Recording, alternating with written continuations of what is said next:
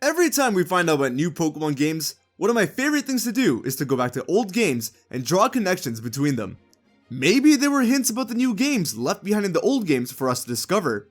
Maybe there were hints about regions that we didn't know about. Or maybe the very existence of a character within the games is a hint itself. Much like certain Pokemon, there have been many characters within the Pokemon universe who seem to come from other regions than the ones they were introduced in. And with the introduction of the Galar region, Wikstrom seems to be one of those characters. A character who might be an Elite Four member of the Kalos region, but one that may originate and is possibly from a royal family within the Galar region.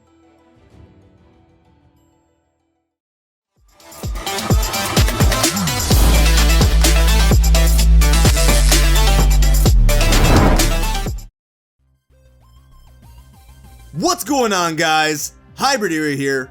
A few days ago, I released a video on why I thought both Corphish and Yungoos could possibly be Pokemon that are native to the Galar region, or at the very least, receive Galarian forms, as the Corphish and Yungoos we know may not actually be the original version of those Pokemon. And while Wikstrom may not be capable of having a regional variant himself, I do think that he's actually from the Galar region. Now, there have been characters that have been theorized to be from other regions or have been confirmed to be from other regions. For example, Silver being Giovanni's son probably means that he was born in Kanto, despite being the rival of the Johto games. And despite knowing Bill since the very first Pokemon games, his home region is confirmed to be Johto and not Kanto. Likewise, Wikstrom may be a character that may fall in the category of being introduced in a region that he's not actually from. From the get-go, Wikstrom seemed to be the weird one out among the members of the Kalos Elite 4, and among the citizens of Kalos as a whole. His design is that of a knight in armor, despite there being no signs of living knights in Kalos. He is quite chivalrous and speaks in early modern English, or contemporary English. So like, the same language as Shakespeare. Really? These few points alone give us a good basis as to why he might be from the Galar region. While there have been no confirmations about knights being in Pokemon Sword and Shield, the names of the games as well as the geography of the Galar region do hint at knights and a royal family possibly being in the game. Though the second half of his phrase is a joke, Wikstrom does make mention of coming from a family of esteemed knights, and considering that this huge castle is dead center of the Galar region, and that it's very possible for Galar and Kalos to be right next to each other in the Pokemon world, I can definitely see Wikstrom as a knight who comes from this castle, possibly being a knight who protects the royal family, or even as someone who comes from the royal family itself. After all, his ace Pokemon is an Aegislash, and Aegislash's dex entry states that whoever it recognizes is destined to become king.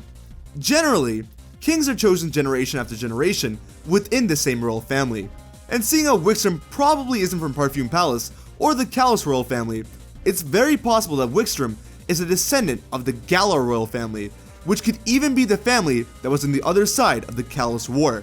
Hence why Aegislash would view Wikstrom as a king.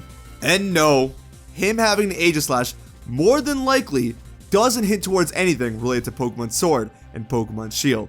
It's probably just that if Aegislash wasn't his ace, it probably would have been Klefki. Although, I won't shoot the Aegislash idea down completely. His dialogue also gives us a bit more evidence as to why he may be from Galar.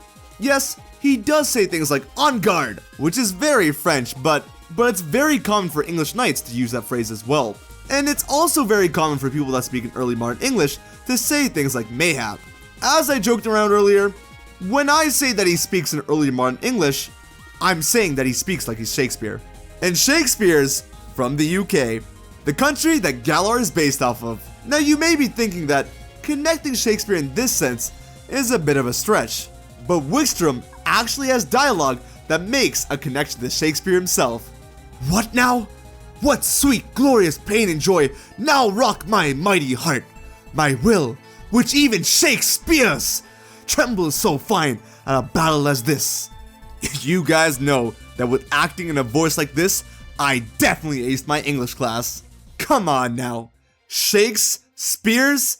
You know what Game Freak was trying to do with that one. Now, this could have just been the localization team having some fun and throwing a joke in there for a few laughs.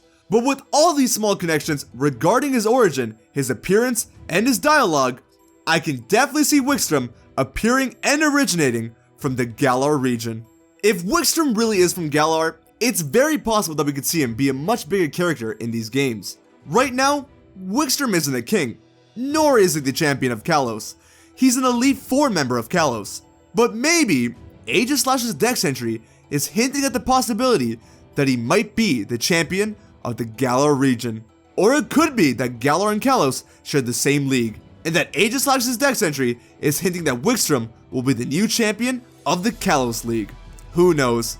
I just think that he and his family, or at least just his family, are gonna be tied into the story of Sword and Shield in some way, and that will reveal a lot more about his character that we know very little about. But we won't know anything for sure till we get our hands on our very own Sword and Shield. Thanks for watching, guys. I hope you enjoyed, and if you did enjoy this video, then be sure to watch the video that I mentioned earlier where I talk about the possible origins of Yungoos and Corphish within the Galar region. Do you guys think that Wikstrom is from the Galar region, or that he and his family will have a bigger role within these games?